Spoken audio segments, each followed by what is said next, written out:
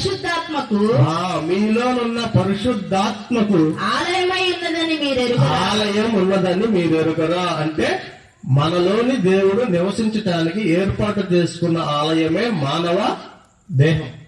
ఈ దేహంలో దేవుడు నివసించాలని చక్కగా కట్టుకున్నాడండి. కానీ మనుషులు కట్టగలరా ఈ దేహాన్ని?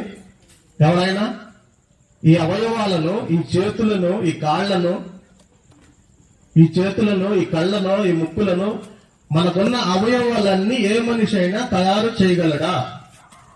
ఎవరో తయారు చేయలేడు. మనుషులు ఎవరు కూడా తయారు చేయలేదు. ఒకవేళ యాక్సిడెంట్ ఒక చెయ్యి ఇరిగిపోయింది అనుకోండి, లేదా ఒక కాలు ఇరిగిపోయింది అనుకోండి, మళ్ళా కాళ్ళను తయారు చేయగలరా? ఏ వైద్య శాస్త్రం అయినా, ఏ డాక్టర్ అయినా చేయలేడు. ఏదో ఒక కాలు పెట్టాల్సిందే. అది ప్లాస్టిక్ది కావచ్చు, ఇంకొకటి కావచ్చు, కృత్రిమంగా అమర్చుకోవాల్సిందే. కానీ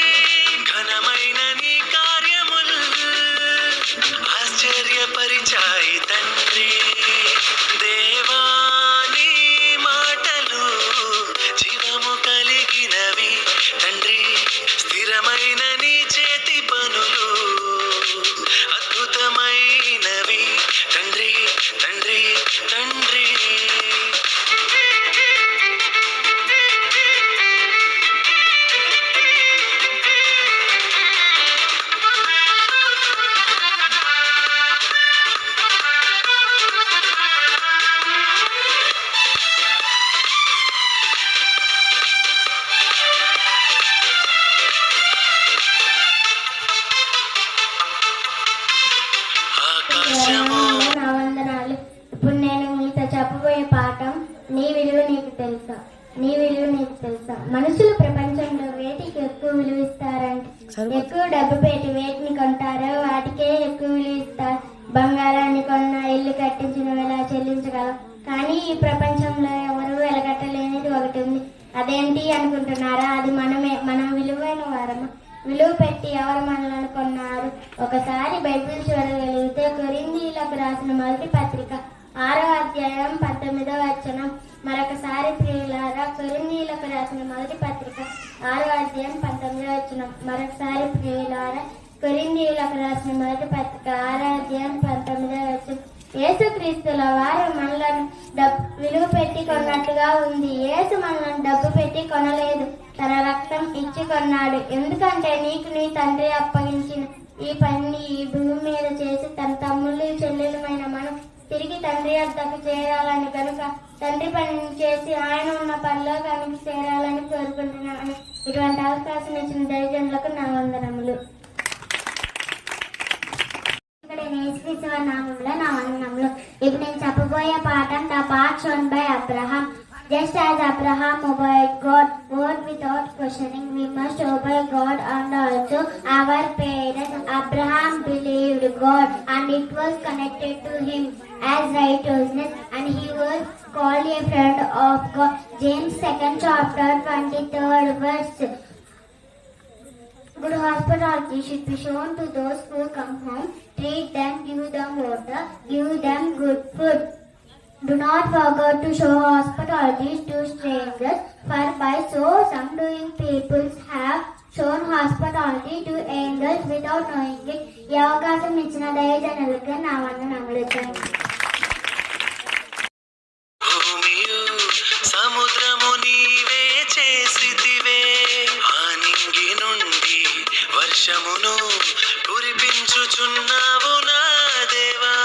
ఫలవంతములైన ఋతువులు దయచేయుచున్నావే, ఈ నేల నుండి ఆహారమును అనుగ్రహించుచున్నావే. జీవము గల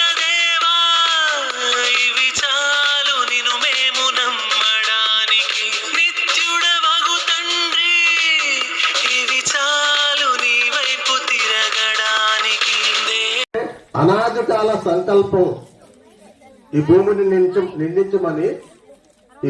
నిందించమని అనాది కాల సంకల్పంలో అవ్వను ఆదామును ఆశీర్వదించి భూమిని నిందించమన్నాడు. వీరి ద్వారా దేవుడు మహిమపరచాలి, వీరి ద్వారా దేవుడు ఘనపరచాలి. ఎంతో మంది నా పిల్లలు కావాలి అన్న దేవుని సంకల్పానికి అపవాదం ఏం చేసిందంటే గండి కొట్టేసింది.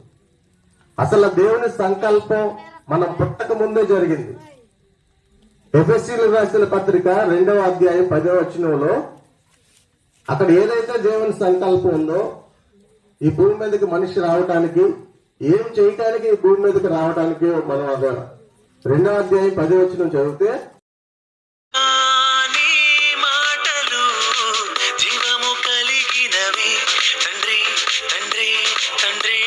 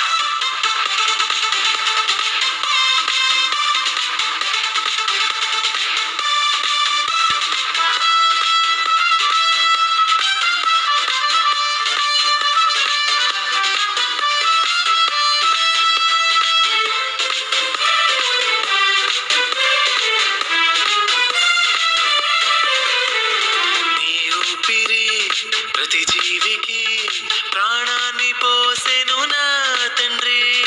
ఆ మంచు సైతం నీ ఊపిరిని బట్టి పొలమును తడుపును నా దేవా.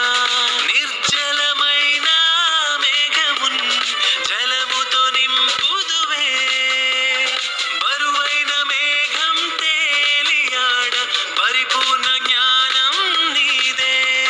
జ్ఞానము గల దేవా ఇది చాలు నిన్ను మేము నమ్మడానికి. నిత్యుడవగు తండ్రి ఇది చాలు నీ వైపు తిరగడానికి. దేవా నీ మాటలు